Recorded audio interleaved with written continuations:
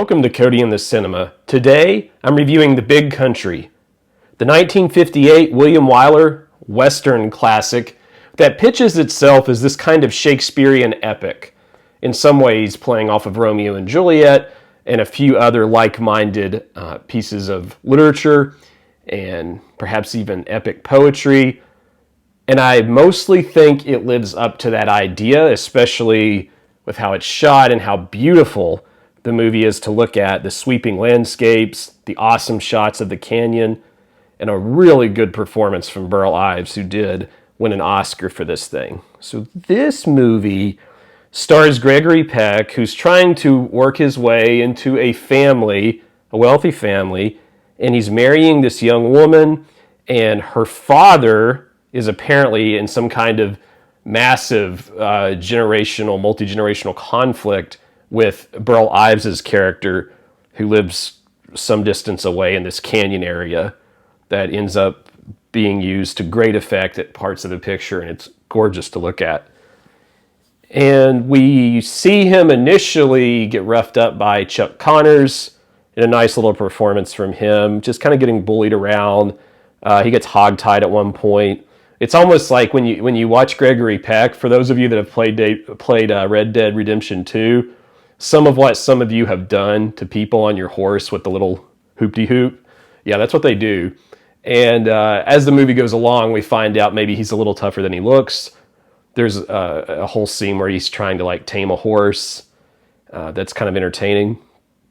And Gregory Peck's character is going to frustrate some classic Western viewers because he doesn't come out of the gates with that bravado and that swagger and that sort of dominating presence. I was a little at first,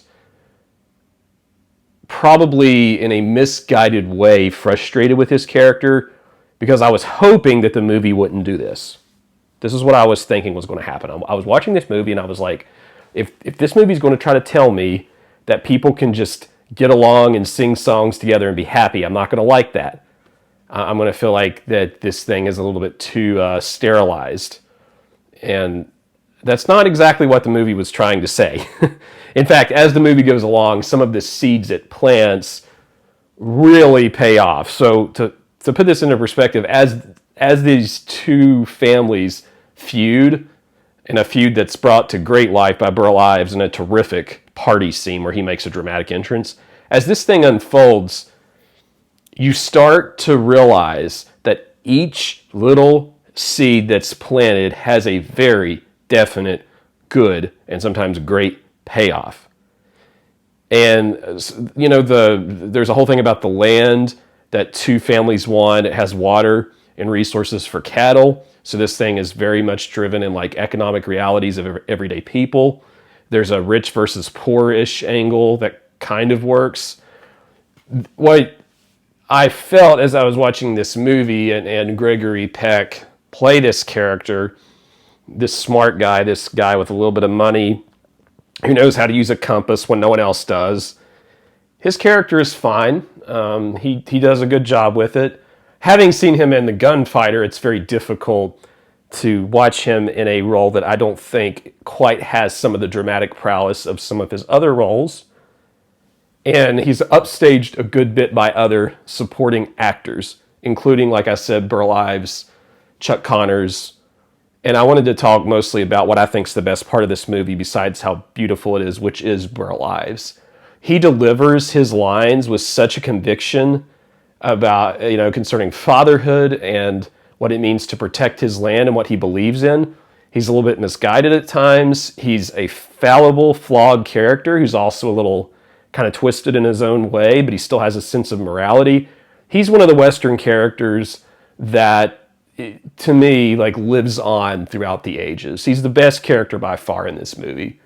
And I don't know, when this movie was drafted in the writing room, I don't know if the writers really meant for him to be the character that you care the most about, in his situation to be that way. This plays on other classic Western tropes really well. There's a good fist fight in here, a really good fist fight. There's an awesome dueling scene. Overall, it's just a good solid watch, maybe even kind of a great Western in its own way. Like I said, I did have some reservations with how the narrative unfolded with Gregory Peck. Like, there's a lot of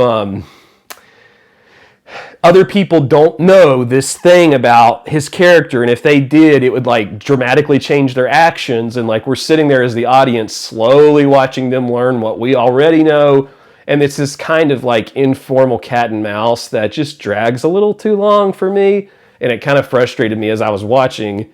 And the first like two-thirds of the movie are kind of on and off with these great moments, but the last third is like a lights out great Western. And I feel like if some of that had been trimmed down with that Gregory Peck character development, it probably would have just been like a lot better of a movie. And I suspect that you don't hear more about this movie because it can have a few snoozy fest kind of moments while it builds that up. That's my opinion. I didn't love that part of the movie as much as I did where it went. But that having been said, I mean, this is something that you definitely have to see if you're a Western fan, if nothing else for the beauty of the shots.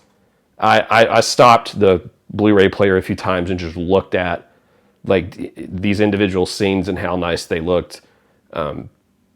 It's a stunning piece of cinema. So if we're talking letterbox scoring, I'm going about a 4 out of 5 on this. I'd probably 5-star this thing if I was as invested in all of the characters as I was, like Burl Ives. What they do with Chuck Connors, by the way, is real smart. I thought I knew what they were going to do, and they didn't.